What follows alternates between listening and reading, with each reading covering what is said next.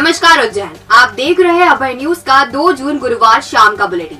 मैं हूं आपके साथ इशिका यादव। खबरों की ओर आगे बढ़ने से पहले हम आपको बताना चाहते हैं कि अभय न्यूज की एप्लीकेशन एंड्रॉइड प्ले स्टोर में आ चुकी है। एक क्लिक में देश दुनिया की बड़ी खबरें तुरंत जानने के लिए आज ही डाउनलोड करें हमारा ऐप।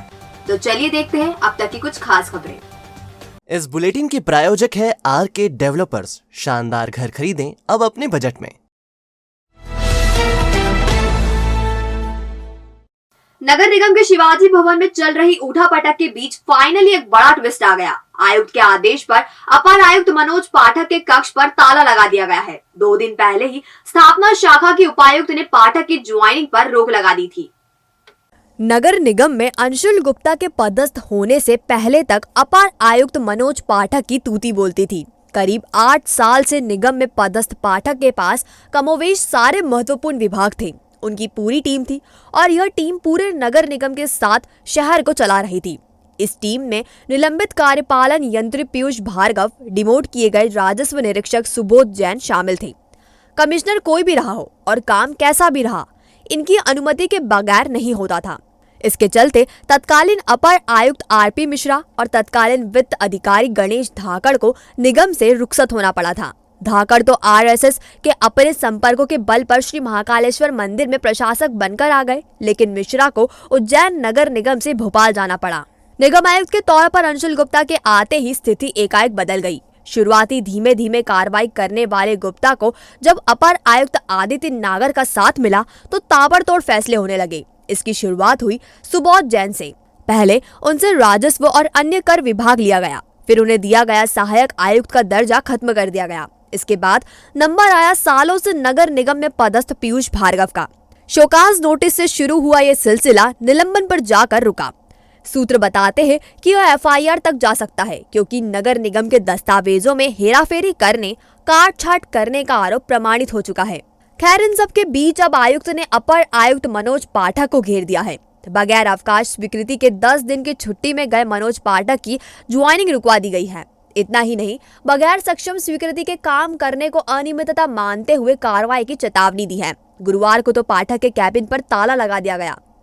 बहरहाल, निगम में रोजाना हो रही उठापटक को लेकर चर्चाओं का बाजार गर्म है। माना जा रहा है कि हाईकमान ने ही पूरे तंत्र को ठीक करने का आदेश दिया है। इसके चलते ही निगम में सफाई अभियान चलाया जा रहा है। बिजली की 100 समस्या, लेकिन समाधान सिर्फ एक। Innovative energy solution. Solar system 1 kilowatt से शुरू लोन सुविधा के साथ 5 साल में ROI वसूल, बैंक ब्याज से भी ज्यादा बचत। इंडस्ट्रियल और कमर्शियल यूनिट पर सोलर सिस्टम लगवाकर पाए GST और टैक्स में भी बेनिफिट। उज्जैन सहित पूरे मध्य प्रदेश में 270 से ज्यादा सिस्टम किए हैं हमने तैयार। तो अब ना बिल का झंझट, ना वोल्टेज का प्रॉब्लम। आज ही अपना इनोवेटिव एनर्जी सॉल्यूशंस। अधिक जानकारी के लिए कॉल करें 7000787022 या अपने घर की गूगल लोकेशन, बिजली का बिल, मीटर और छत का फोटो हमें व्हाट्सएप करें 7000787022 पर।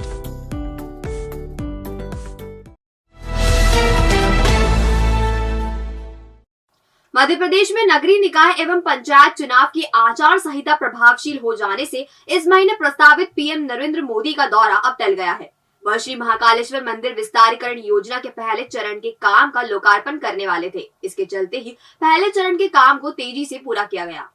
चुनावी आचार संहिता के कारण पीएम नरेंद्र मोदी का दौरा फिलहाल टलने से स्मार्ट सिटी को राहत मिली है, क्योंकि उन्हें तैयारी के लिए और वक्त मिल गया है। पीएम का दौरा टलने से सबसे ज्यादा राहत स्मार्ट सिटी को मिली है, क्योंकि उस पर फटाफट काम कराने का दबाव अब नहीं रहेगा।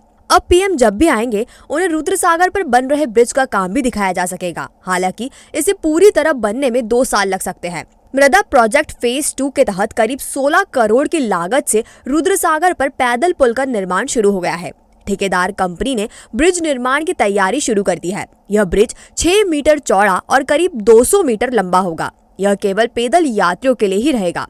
ब्रिज के बीच का हिस्सा ओवल शेप में थोड़ा चौड़ा रखा जाएगा। इससे दर्शनार्थी कुछ समय के लिए यहाँ खड़े होकर रुद्रसागर व आसपास की खूबसूरती निहार सकेंगे। मंदिर के शिखर दर्शन भी हो सकेंगे। रुद्रसागर पर ब्रिज को एक तरफ नए फैसिलिटी सेंटर तो दूसरी ओर 4 धाम के सामने जोड़ा जाएगा। इससे दर्शनार्थियों को महाकाल मंदिर आने जाने के लिए एक और मार्ग मिल जाएगा। हरिफाटक ब्रिज से आने वाले श्रद्धालु महाकाल कॉरिडोर से होते हुए मंदिर पहुंच सकेंगे। इसी तरह जो लोग हरसिद्धि मंदिर की ओर से आ रहे हैं वे ब्रिज से होते हुए पैदल मंदिर तक पहुंच सकेंगे। इधर हरिफाटक ओवरब्रिज की भुजाएं चौड़ी करने का मामला भी रेलवे की हरी झंडी नहीं मिलने से अभी अटक गया है। महाकाल मंदिर तक जाने के लिए वर्तमान में हरिफाटक ओवरब्रिज का महत्व बढ़ गया है। ट्रैफिक का दबाव भी इस पर बढ़ा है। सिंहस्थ 2028 में यह ब्रिज काफी संकरा पड़ेगा। इस कारण प्रशासन ने स्मार्ट सिटी योजना के तहत इस ब्रिज की सभी भुजाओं की चौड़ाई दोगुनी करने की योजना बनाई है। इसका प्रस्ताव रेलवे के पास भेजा जा चुका है, लेकिन उसकी विधिवत हरी झंडी का इंतजार किया जा रहा है। प्रशासनिक सूत्रों के अनुसार रेलवे से अप्रूवल मिल गया है, लेकिन विधिवत पत्र नहीं मिल सका है। इस कारण भुजाओं के चौड़ीकरण का मामला भी अभी अधर में है।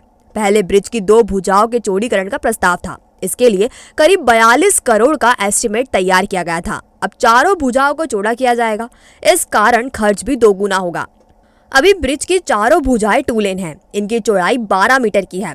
ब्रिज की चारों भुजाओं की चौड़ाई 24-24 मीटर करने की योजना है। इससे ब्रिज 4 लेन हो जाएगा। इसके लिए जमीन का अधिग्रहण भी करना पड़ सकता है।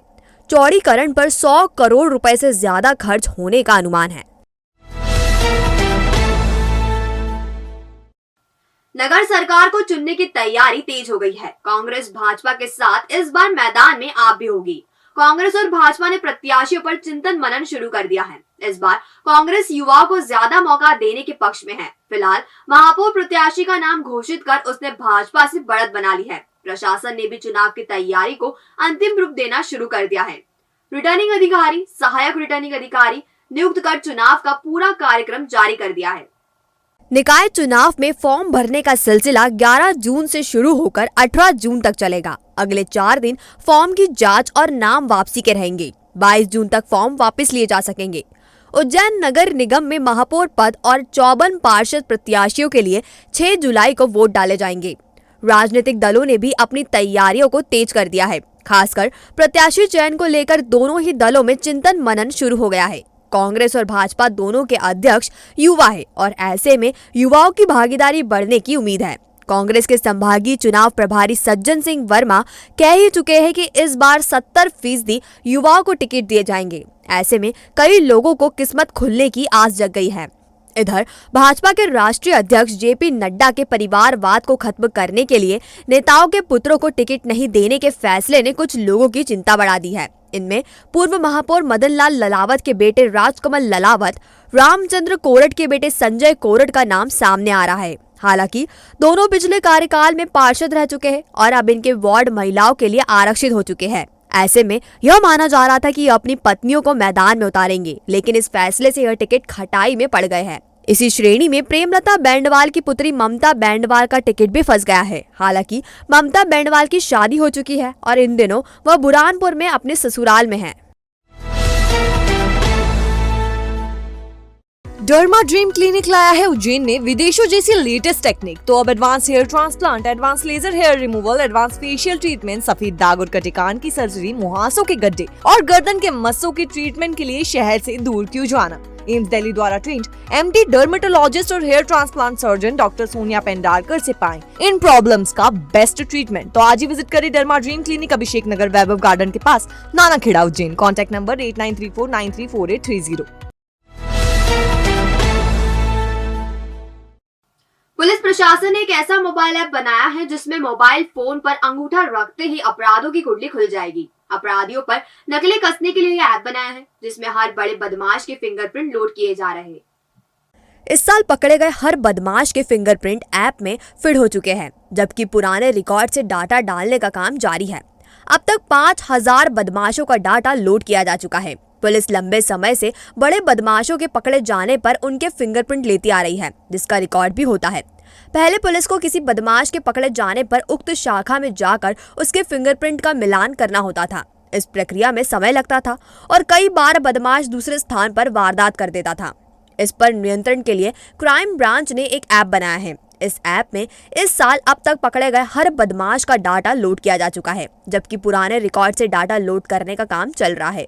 पुलिस का कहना है कि ऐप तैयार हो जाने पर हर थाने और यातायात पुलिस के जवानों को यह लोड करवाया जाएगा, जो चेकिंग में या थाने पर आए हर संदिग्ध का मोबाइल फोन पर अंगूठा लगवाएंगे। अंगूठा रखवाते ही उसकी कुंडली खुल जाएगी कि उसने कहाँ कहाँ अपराध किया है। इस ऐप की मदद से पुलिस को अपराध नियंत्रण में मदद मिलेगी। कई बार मौके पर मिले फिंगरप्रिंट से पुलिस आरोपी तक भी पहुंच चुकी है।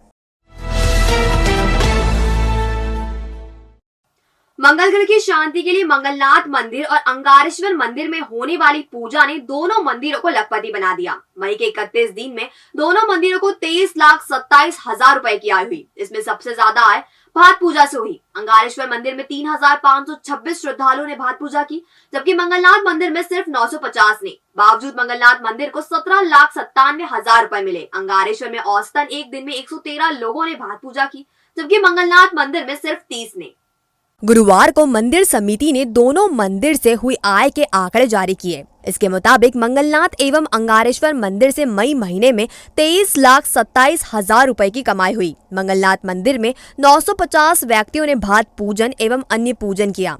इससे 17,97,250 रुपए मिले, जबकि इसी दौरान अंगारेश्वर महामंदिर में 3,526 व्यक्तियों ने भात पूजन किया। इससे 5,30,000 रुपए की आय हुई।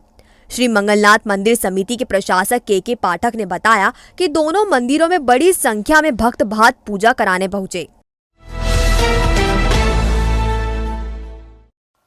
महाराणा प्रताप जयंती पर क्षत्रिय समाज ने शौर्य यात्रा निकाली। इससे पहले चामुंडा माता चौराहा स्थित महाराणा प्रताप की प्रतिमा पर माल्यार्पण किया गया।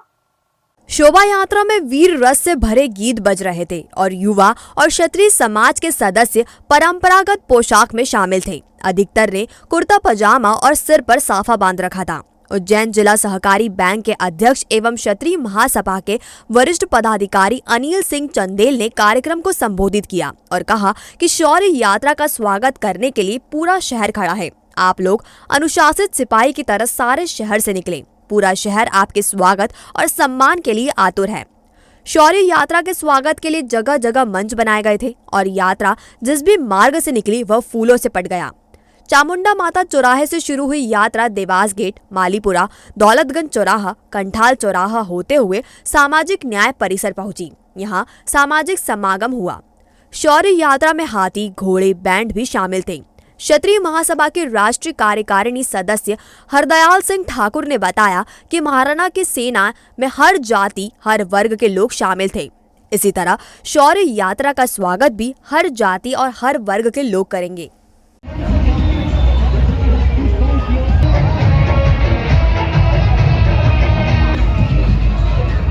शौर्य यात्रा की विशेषता ये है कि महाराणा ने जब मुगलों से युद्ध किया तो प्रत्येक जाति, प्रत्येक धर्म के लोगों ने उनका साथ दिया। उसी परंपरा का निर्वाह करते हुए महाराणा प्रताप की शौर्य यात्रा में आप देखेंगे कि प्रत्येक जाति का मंच बना हुआ है जहां से वो स्वागत करेंगे। प्रत्येक राजनीतिक पार्टी के लोग स्वागत करेंगे, प्रत्येक धर्म के लोग स्वागत करेंगे। ये महाराणा प्रताप जी की प्रेरणा से ही ऐसा कार्य हो रहा है। आप सबको महाराणा प्रताप जयंती की बहुत बहुत शुभकामनाएं। बाबा अकबर खान जी जीवन की बड़ी से बड़ी समस्या का समाधान मात्र 72 घंटों में करते हैं, वो भी फोन पर। जैसे वशीकरण, मनचाहा प्यार, शादी न होना, तलाक, गृह क्लेश, प्रेम विवाह, मुतकरनी, सोतन दुश्मन से छुटकारा, काला जादू, गड़ाधन आदि तांत्रिक विद्या और रिद्धि सिद्धियों के मालिक काले इल्मों के बेताज बादशाह जो सभी समस्याओं का समाधान करते हैं। अगर आप भी किसी समस्या से परेशान हैं तो आज ही संपर्क करें बाबा अकबर खान जी से। और अब खबरें दे दनादन। बैंक वसूली का कार्य कलेक्टर ने नजुल तहसीलदार प्रज्ञा गीते को सौंपा है। तत्कालीन नजुल तहसीलदार पूर्णिमा सिंघी का तबादला होने के बाद से यह काम किसी को दिया नहीं गया था।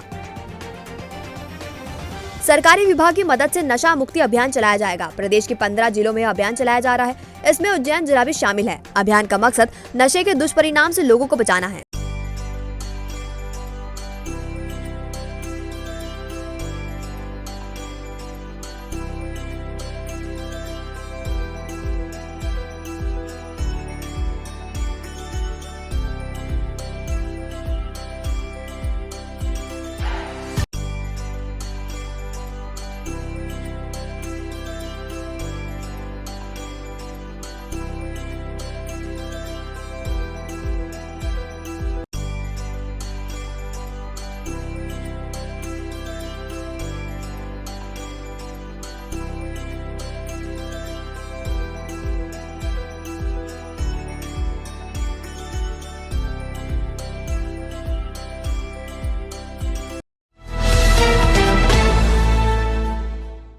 तो आपने देखा हमारा बुलेटिन, ये आपको कैसा लगा इसका फीडबैक हमें हमारे कमेंट सेक्शन में जरूर दीजिएगा। कल फिर मिलेंगे नए बुलेटिन के साथ। नमस्कार।